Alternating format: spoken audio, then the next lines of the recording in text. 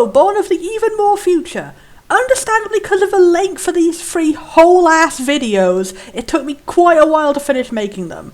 So this is for me at the end of video 3, talking to ye. I have now discovered even more stuff, and I'm going to just squish it together into a little mini video. It just makes the most sense to post this before all the analysis videos, but I just want to make sure I explain I did make these whole 2 videos without any of the context here. Like, I started this back in February. If there's ever any little inconsistencies, that's the reason why. I don't think anything here is, like, important enough to change my opinion. It is just, here's some random extra development trivia. This was me finding out what exactly the plus mode is, and I think this is really poorly handled. It adds NSFW steamy sexual content into the game, but also it adds an extra CG and an additional epilogue and a bunch of completely non-sexual side stories and the ability to completely skip the boring and shitty grinding mini-games. All of those things you have to opt in to getting the NSFW patch to get it. There is no way to get them separately, and it's not even like you can turn it off when you play. It's like, no, it adds in adult content into all the previous scenes. It's not even like optional scene to click for NSFW. Like, I really wanted to see the non-sexual side stories where it's like a Jarmus's first Christmas on Earth side story. Like, I want to see it. That sounds legitimately cute. And the fact he barely gets any romance story in the main story makes me want to see additional romance stories. But no, I can't, because the only way to do it is to click a button to say, yes, I'm consenting to having random nudes on my screen. I'm like, no thank you, please. If they do consider in the future making 2 options of this, like plus and plus or whatever, then like I would be totally happy to pay for the additional stuff, not including the butts. Cute Christmas outfits. These are only in the NSFW version. They were uploaded on the wiki and that's how I've seen them. Oh, I really want to see it, but I'm not going to risk it. I'm not going to play like Russian roulette for dicks or wholesome. Multiple different ideas for Jarmus's homeworld outfit and the cute Christmas DLC time. Seems these might have been posted on like Patreon or Kickstarter or something because it's formatted like some kind of poll. Interestingly, it seems a pink sweater is not there. It seems that maybe outfits 1 and 3 tied and they combine them together, and I'm glad they did because it's infinitely better. You just hit on the perfect outfit. Thank you so much. Miscellaneous things in the game file. There is for some reason an unused blushing sprite for Veritas, the big villain alien guy who's just a total asshole. I can't imagine how it's going to be used. There's also a new sprite for him that was shown on the wiki. He does not have any genitalia down there. It seems to be like a censored version of the nude sprite. Thankfully, because if Veritas Dong existed, I would be terrified.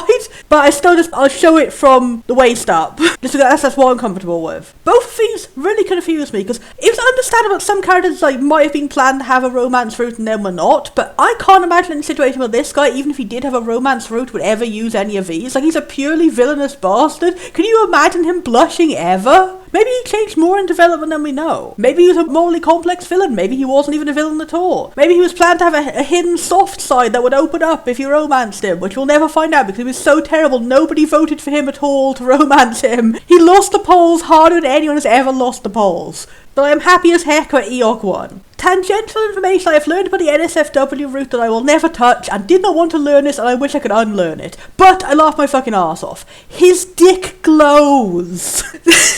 The fancy markings from his pharsing mode extend to downstairs town. That was one hell of a decision to make. I don't know if it is my bias as a non-sex liker, but how the hell could anyone get horny for a dude with light-up balls? I'd be too busy laughing.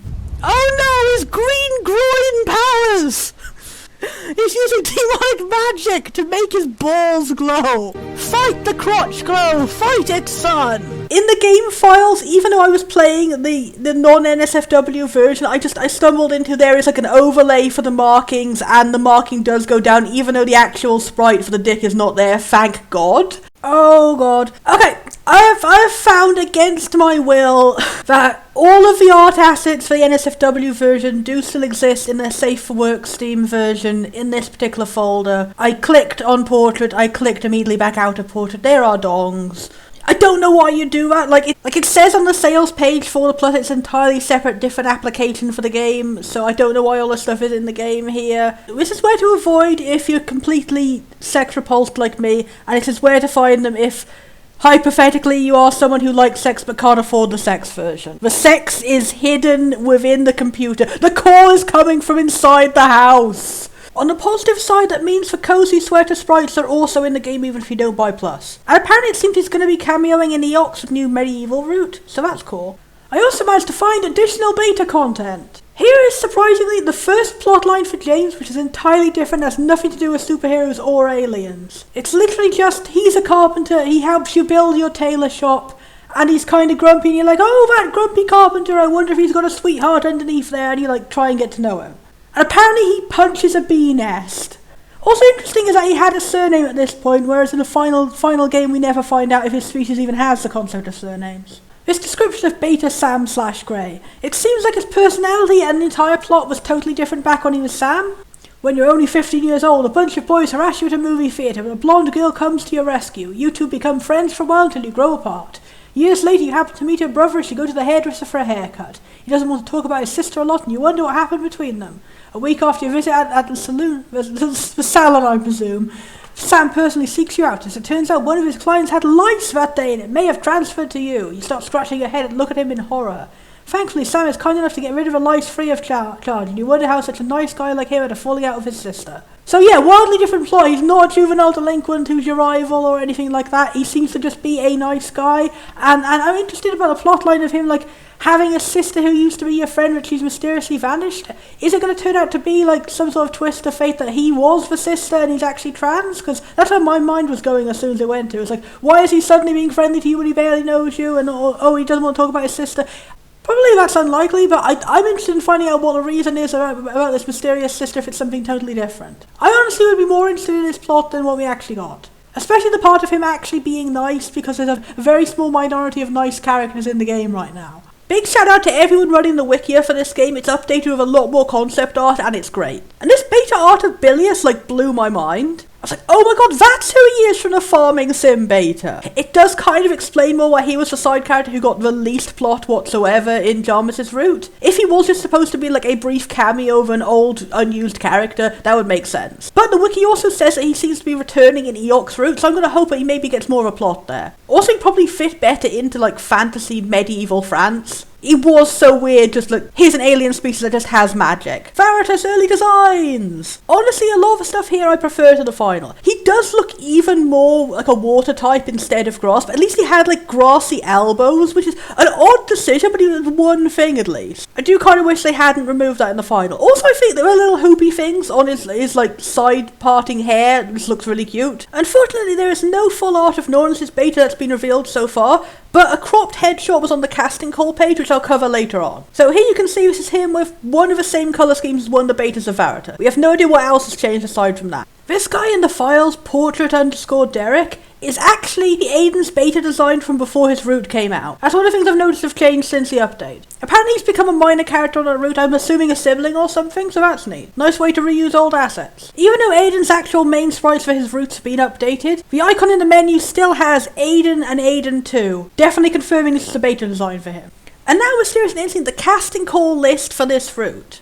Seemingly made very early in development before it was like finished writing, because it doesn't even have Eok as a character. Just had two voices for one grunt and one commander, like vaguely high voice. So it's wild to think how late in development Eok must have been added, and then he became the most popular character ever. It just shows how great he is. This man was at a disadvantage every step of the way, and he still swept the popularity polls. That is a sign of quality. One thing that really confused me is how low the prices seem to be. I know the job says it's only for like sound effects, grunts, and single word lines, but a whole 180 of them for $20? Is the sound effects industry like really so underpaid? If so, I have so much goddamn empathy. It also seems odd to me how it has this description here of it being a paid job, but then underneath every single character it says unpaid. How maybe it's just a website glitch, or like if they did change it, like it was originally a paid job and it became unpaid, like everyone who was going in like knew that was what was going on. Because it would really suck if you signed up for a paid job and then was suddenly told, oh, you can't anymore. But I'm not going to make any assumptions because again, I have no idea what happened here. For all I know, this is just a semi-old website being bad.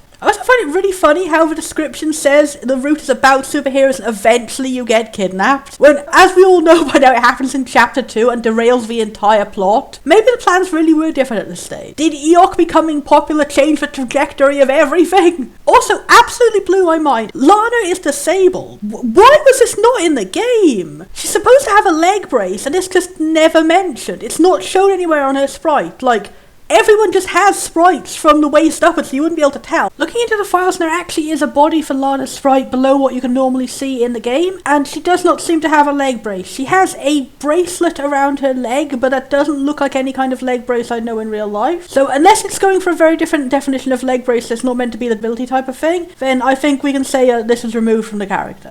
And like, everything about her plot would make a lot more sense, honestly, because her brothers are always going, oh no, we need to protect her because she can't fight. But the only explanation the game gives, like, she's unable to use the Farzing super mode like they can. And there was no explanation given for why she can't. And at the very end, like, she asks Veritas why she can't, and then the Veritas is like, you must have blocked out the memory of what really happened. And then we never learn what really happened. It's 10 levels of confusion. It would have been much easier if it was just literally like, she can't fight because she's disabled. And then the plot would have resonated so much more too. The whole plot of like, Jarmus, don't devalue her, don't treat her as if she's only like a fragile thing you need to protect, and like, she's actually powerful and great, and she was like, intelligence can be power as much as physical abilities, and like, your physical abilities can't like destroy your ability to have a good life for the rest of the time. She was doing way more to rebel against Veritas than Jarmus ever was. She ran a whole bloody rebellion. She became the queen in the end. Can you imagine how like empowering and awesome that would be if it was like great disability representation? Like, you missed a great opportunity to represent real life disabilities in a super positive way and replaced it with just literally nothing. What was the motivation behind that? I'm gonna go edit this into my headcanon video right now. Every cell in my body is screaming, put that back into the game. I hope I'm not coming off as too negative about this, but like, as someone who's mentally disabled in real life and who has several friends who are also physically disabled, I care a lot about good representation, and I would have been so hyped to recommend this game to my friends who have relatable experiences like this. It would have been rad! I also found on the wiki here is linked a poll about female characters most wanted as a love interest. There is no source on where this came from. I don't know if this was created by a developer themselves or it's just the wiki is making a poll, but Lana has kind of swept it. She's got 32% of the vote and she deserves it. Other interesting tidbits that never mentioned in the game itself, on the actual voting for the extra route which Eok ended up winning, they listed the ages of every character. None of these characters except the main love interest have a listed age in game. So here just covering the ones that were in Jarmus's route. Nornis and Caleb are the same age at 23. I would not have predicted that. Caleb is fucking built. Lana is 32 and actually one of the oldest. Again, also wouldn't have guessed. I guess it is just how the art style is. Bilius is 30. Eok is 26 and Veritas is fucking 47. What the actual fuck? I would not even... like, middle-aged, lower middle-aged maybe. Verging on grandpa my ass. I'm assuming it's meant to be like, oh, aliens age differently or something, because like, it's not like the artist isn't capable of drawing old dads. This does at least make a lot more sense for the time frame. Like how he's treated like an abusive parent figure to Jarmus and his siblings when like they kind of look exactly the same age. I always assumed he was old, but not quite this older. Jesus fucking Christ, dude, just species sweat Botox. Found a YouTube playlist of very early development stuff for Tailor Tales. You can see the game at various different earlier sprite styles, and there's just a bunch of videos showcasing different gameplay elements as they got added and taken away. I'll be linking in the description where to find this playlist yourself, and you can check all these videos out in more detail, but I'll just be going over a few things I found interesting in them. Here's some footage at the very earliest stage of a very different sprite style. At this point, the gifting system seems to take place by literally holding a sprite of the gift in your hands and then walking around and handing it to people, which sounds really cool, but it sounds like it would take a lot of work to make so many sprites. There was also what it calls an emoticon system, which just seems kind of be like emotes in MMOs. You can choose to hug, kiss, or hit any character. That last option seems a bit like, I guess it's just there for funny, but that in a romance game just sounds very strange. It doesn't seem particularly fun in the execution though, but it might just be because it's an early debug state. The characters don't really say much to react to it. It also seems very clunky. You have to go into the menu and manually click the emote and then go back and then talk to the character again every time rather than just clicking on them and having like a menu pop up. It seems that Bilius was literally the first bachelor ever made for the game, which is surprising. It's wild to think it took until the 6th route of the final game for them to bring him back. That's got me cheering for him now. I want Bilius to get his own route now. He used to be in the lofty heights of number 1, and now you've melted down to being the random magic guy in the background of someone else's story. I believe in you, Bill. You can rise up again. Interestingly, these videos show more of the Fox character, and I still have no clue who the Fox character is or who they might have corresponded to in the final game. I guess either they're completely cut or they've been changed so much they're unrecognisable. Don't even know if his Fox is a boy or a girl. But it seems at this point they were the main plot of Tailor Tales, as they literally say in their own words. The game would be about you, for whatever reason, trying to break the curse on this fox that used to be a human being. And that is the extent of my knowledge. Honestly, for all we know, any human in the final game could be them. We don't know. The mystery will be there for us forever. There's a kind of funny video of just an April Fool's joke of, here's a new update, there's going to be condoms in the game and you can get sex points. At least I think it's an April Fool's joke because the way it's handled is just so weirdly comedic and like not serious. If this was genuinely saying that it is going to be like the actual final game is going to have NSFW stuff, this is not the best way to announce it. Like, not to knock the idea there is a genuine gap in the market for like a farming game which has NSFW in it, but this is not the way to advertise it. Again, like the glowy gonads, it's just, I can't imagine how anyone would find that sexy and not hilarious. I'm sorry, just the mental image of going around gathering items to craft a condom is just cracking me up. It seems there's going to be rival events where if you had enough hearts of two battles, if you happen to meet them at the same time, they'll have like conflicts and stuff. Which is a cool idea, but also kind of feels like you'd be punished for like, I hope the threshold would be like only once you actually go into dating you'll get punished for cheating. Because otherwise it just seems weird that you wouldn't be able to be friends with too many characters at once. That always bugged me in the original version of Persona 3 where it was like, you literally can't be friends with women and you can't talk to anyone without losing points with everybody else. So it would depend on how this is handled, whether it'd be good or not. Oh, this is where the new second art style started.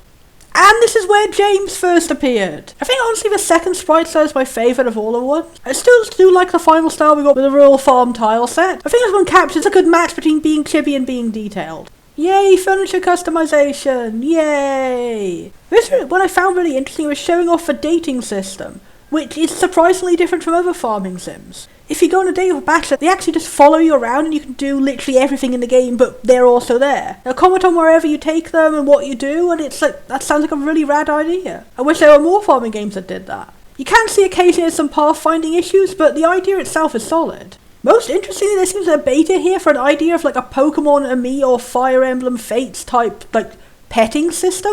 Ah, the most romantic of foreplay. Diabil Crush 2 missing. Move grade 1. Oh, how I wish my husband would say that to me! It seems it would go through phases. Not sure what that means, but I guess it's like kind of like a foreplay simulator, like you would go from like platonic cuddling to like, oh, we're getting saucy romantic now or something. Oh, yep. Phase 3 is bed. Oh, confirmation in the comments. Yes, it does end up being in bed with shirts off. I do wonder why this wasn't kept in the visual novel version, because like, once you're actually going a full NSFW game, you don't have any of the problems that people had with it in Fire Emblem Fates. It's just like, oh, this is a bit weird and saucy for like a regular teen-rated game. Like, people genuinely would just enjoy to have a saucy petting game in a saucy game about sauce. Also, probably be a lot easier to make it actually happen in a visual novel format. I am super curious how she managed to program this. So yeah, that's all the new stuff here.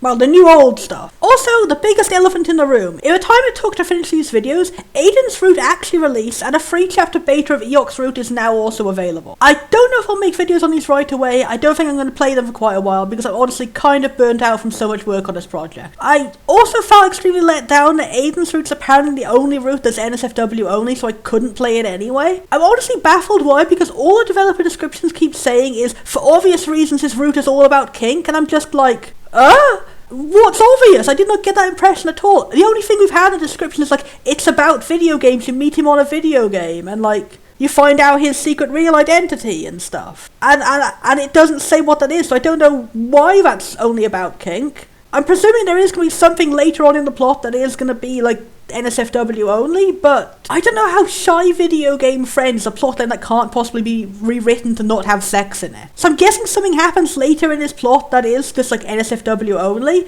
but like, I'm not going to subject myself to my squicks just to get a question answered. It just kind of sucks. He was like the character design that most appealed to me. Like, he literally has the same hairstyle as me, and I was like, finally a non-tsundere man! I fucking love video games! This plot will be right up my alley! And then, yeah. So, I'm just going to accept defeat. I hope everyone who plays this route enjoys it. Godspeed, sex likers. Truly you are getting a banquet of a man. And you know, just hypothetically, if a safe for work version of the route ever comes out in the future, that would be neat. Or, you know, double hypothetically, if you could release Jarmus's safe for work side story separate from the non-safe for work stuff, like, I do not understand. As for Eox's Route, fuck yes, I am going to play it. I don't have my hopes super high, because I am still salty it's an AU where he's human. I don't know what other changes have happened to him aside from that, but I do have my fingers crossed that it's still going to be good, even if it's not exactly what I would have wanted. Because, like, as long as his personality is mostly the same, I'm still going to have a good time. I like Eok for Eok no matter what form he takes. I just think I'm probably not going to play it immediately. It's going to be a future video plan. I do just need some time to detox from Tailor Tales. I don't think the world is ready for me to unleash another 3-hour ramble on this game.